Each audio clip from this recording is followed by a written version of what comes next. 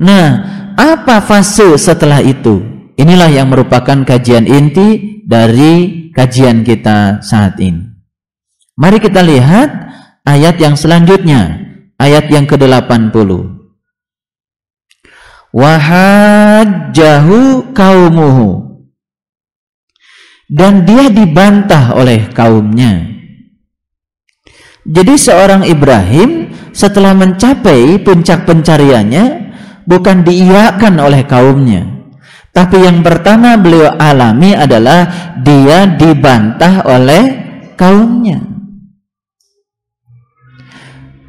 Hukum yang seperti ini akan terus berlanjut sampai kapanpun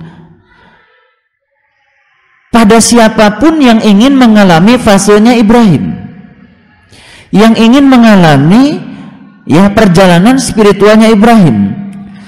Ternyata setelah beliau dimatangkan dari fase bintang, fase bulan sampai fase matahari, tidak selesai sampai di situ.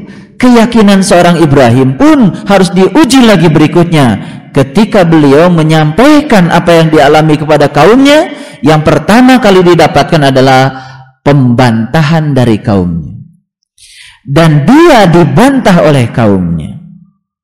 Dan ini berlaku secara umum, berlaku pada zamannya Nabi Zakaria, berlaku sama zaman Nabi Yakub, berlaku pada zaman Nabi Sulaiman, berlaku pada zaman Nabi Yunus, bahkan berlaku sampai zaman Nabi Isa alaihissalam, dan itu berlanjut sampai zamannya Nabi Muhammad Rasulullah sallallahu alaihi wasallam. Dan ketika Nabi Muhammad menyatakan Iqra bismi rabbikal ladzi khalaq khalaqal insana min 'alaq iqra wa rabbukal akram allazi 'allama bil qalam 'allamal insan ma lam ya'lam. Setelah Muhammad mengalami fase itu adalah fase yang simetri dengan fasenya Ibrahim, cuman kata-katanya saja yang berbeda. Tetapi doa iftitah yang dibacakan oleh Nabi Muhammad itu doa yang dibacakan oleh Nabi Ibrahim juga, yang akhirnya dibaca oleh kita semua. Ternyata Nabi Muhammad pun mengalami tantangan yang sangat luar biasa sebelum beliau akhirnya mengalami suatu kemajuan spiritual yang luar biasa. Ternyata kehadiran orang-orang yang menghambat dakwahnya Nabi Muhammad itu merupakan suatu fase penting untuk meningkatkan kecerdasan spiritualnya seorang Muhammad, lalu beliau mengalami kemajuan yang luar biasa. Itu juga terjadi pada kita, dan kita sudah merasakannya. Bagaimana ketika kita ingin menyampaikan kebenaran ini kepada orang lain, tak sedikit dari mereka malah justru menantangnya, tak sedikit dari mereka justru menghambatnya. Karena itulah fase selanjutnya yang harus kita alami. Jadi semakin maklum bagi kita setelah kita mengalami fase ini wajahtu, dan selanjutnya fase berikutnya adalah kita akan mendapatkan tantangan dari saudara-saudara kita yang akan kita ajak untuk mengalami pengalaman yang sama. Ternyata tidak semudah membalikan telapak tangan, karena diperlukan suatu kegigihan dalam berdakwah. Di samping didaktik metodiknya harus benar, tetapi juga diperlukan suatu kekuatan dari diri kita untuk mendakwahkannya. Baik, kita lanjutkan Dia berkata, apakah kamu hendak membantahku tentang Allah? Padahal sesungguhnya Allah telah memberi petunjuk kepadaku, dan aku tidak takut kepada sesembahan-sesembahan yang kamu persekutukan dengan Allah, kecuali dikala Tuhanku menghendaki sesuatu itu. Pengetahuan Tuhanku meliputi segala sesuatu, maka apakah kamu tidak dapat mengambil pelajaran? Jadi ada satu hal di fase ini yang patut kita ambil. Sepanjang Ibrahim pun hanya menyampaikan kebenaran secara lisan, secara verbal, secara tulisan kepada orang lain, tetapi orang lain tidak digiring untuk bisa mengalaminya, pengalaman dia, pembantahan itu akan terus berlanjut dan akan berhenti pada saat orang lain sudah bisa digiring untuk bisa mendapati pengalaman seperti pengalamannya Ibrahim. Kenapa demikian? Ibrahim berbicara di fase spiritual, pakai kecerdasan spiritual, sementara kaumnya yang diajak bicara mereka masih di fase intelektual. Jadi terjadi tabrakan antara fase intelektual dengan fase spiritual, dan itu tidak mungkin bisa disatukan. Jadi konflik itu sebetulnya terjadi karena fase intelektual bertabrakan dengan fase spiritual. Oleh karena itu maka Quran berulang-ulang mengajarkan kepada kita, hendaklah kamu berlaku lemah lembut dan janganlah kamu mengatakan halmu kepada seorang jua pun. Jadi ketika kita menceritakan pengalaman spiritual kita kepada siapapun, jangan berpikir kalau orang lain akan mengiyakan. Bisa jadi orang lain akan membantah kita. Mengapa? Karena orang lain belum mengalaminya. Jadi ada dakwah yang salah. Yang sering dilakukan oleh kita kebanyakan adalah mendakwahkan apa yang kita alami, bukan menggiring orang lain agar orang lain bisa mengalami pengalaman seperti yang kita rasakan. Ini penting harus saya kemukakan, karena di sini saya menangkap ada satu mutiara yang sangat luar biasa. Mendakwahkan yang kita alami akan mendapatkan pembantahan, tetapi ketika kita mendorong orang lain pelan-pelan untuk mendapatkan pengalaman seperti yang kita rasakan, ini yang namanya dakwah yang cerdas. Silahkan dicoba. Begitu kita mendakwahkan apa yang kita alami, yang kita rasakan, ya, apalagi yang kita saksikan di alam langit kita.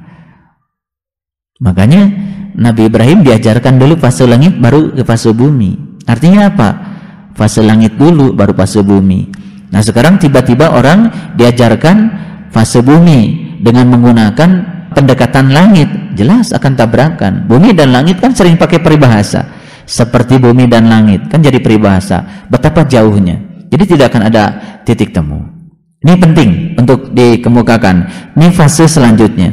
Jadi kalau kita saat ini mendapatkan bantahan-bantahan, ya itu memang bagian dari yang kita kehendaki sebetulnya, bagian dari perjalanan spiritual yang harus kita lalui sebetulnya. Cuman kita kadang-kadang tidak paham. Kan kita pengennya yang baik-baik saja, pengennya kita yang enak-enak saja. Padahal Rasulullah Muhammad SAW sejak beliau dalam kandungan sampai beliau meninggal tidak pernah luput dari bantahan. Itu seorang Muhammad yang besar, apalagi kita yang tidak ada apa-apanya dibandingkan dengan kemuliaan yang Allah titipkan kepada seorang Muhammad. Subhanallah, sampai sini ada kesadaran baru pada diri kita, kita akan menjadi faham dan maklum. Seandainya setelah fase ini wajah itu ada fase berikutnya, ya, jadi mengucapkan ini wajah ternyata dibutuhkan tanggung jawab. Dan selama ini kita mengucapkan ini wajah tanpa tanggung jawab, bahkan tanpa kesadaran. Semuanya dilakukan dalam keadaan tanpa kesadaran, bahkan sering dilakukan dengan cara yang terburu-buru. Dan sifat terburu-buru itu kemudian mewabah ke dalam kehidupan kita. Ingin dapat rezeki pun terburu-buru, ingin bisa pun terburu-buru. Anak lagi pakai kaos kaki pun dipaksa untuk terburu-buru. Bahkan ibu yang memakaikan kaos kaki pada anaknya. Dan secara tidak langsung kita sedang mewariskan sifat terburu-buru. Wudunya terburu-buru, basuh mukanya terburu-buru, gosok giginya terburu-buru, sampai tidak sadar bahwa sebetulnya kita sedang membersihkan gigi, sampai tidak sadar kalau kita sedang membersihkan muka, karena semua dilakukan dalam keadaan terburu-buru, hilang kesadaran. Membaca inni wajahtu wajhiya lilladzi fataras samawati wal ard dibacakan secara terburu-buru. Akibatnya apa?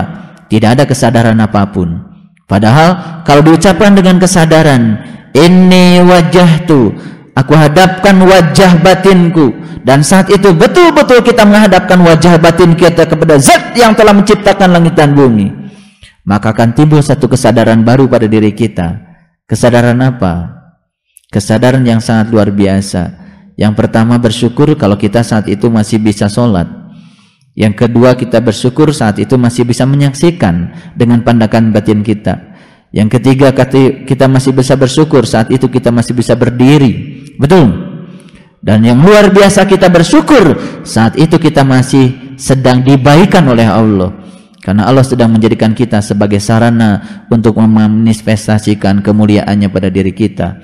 Kalau itu dilakukan dengan penuh kesadaran, maka kita pun akan mendapatkan kesadaran di dalam kehidupan, sehingga semua yang kita lakukan dalam keadaan sadar.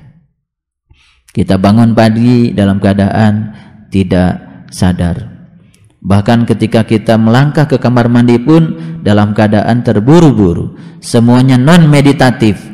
Padahal kalau dilakukan semua dengan biasa, dengan penuh kesadaran, dari sejak bangun tidur sampai nanti malam kita tidur lagi, bahkan tidur itu sendiri, semua menjadi kegiatan-kegiatan yang meditatif dilakukan dalam kesadaran penuh. Beda kan orang yang makan dengan sadar dengan orang yang makan dalam keadaan tidak sadar. Beda, sangat berbeda. Mungkin orang yang makan dalam keadaan tidak sadar, dia masukkan makanan ke dalam perut dalam keadaan tidak sadar juga. Dia tidak pernah memperhatikan bagaimana kerja lambung, sehingga makanan bulat-bulat aja ditelan ke dalam perut, padahal ada gigi di situ untuk mengunyah. Kalau dikunyah terus sampai enzim-enzim dari makanan itu keluar, ketika masuk ke lambung, dilumatkan oleh enzim dalam lambung, lambung mungkin berterima kasih. Terima kasih, hei, yang bagian atas, kamu telah mengerjakan pekerjaan yang bagus, sehingga aku tidak berat untuk menyelesaikan pekerjaan selanjutnya. Kan begitu. Yang bagian atas kan gigi. Mungkin terjadi komunikasi gigi dengan lambung, dan terjadilah saling kasih, tidak saling menyalahkan. Ketika lambungnya mah, kata lambung, ya salahnya gigi dong. Itu kan. Kata gigi, ya salah kamu, terlambat mengeluarkan enzim-enzimnya. Kan seperti itu. Lalu tubuh kita menjadi saling menyalahkan, otomatis tidak kompak lagi. Ketika tidak kompak, ya sakit. Sakit itu sebenarnya keadaan tidak seimbang akibat kurang kompak sebetulnya. Kalau dibiarkan kompak dalam harmoni, ya semua akan saling melayani dengan luar biasa. Itu semua hanya bisa dilakukan kalau tidak dalam keadaan terburu-buru. Ya.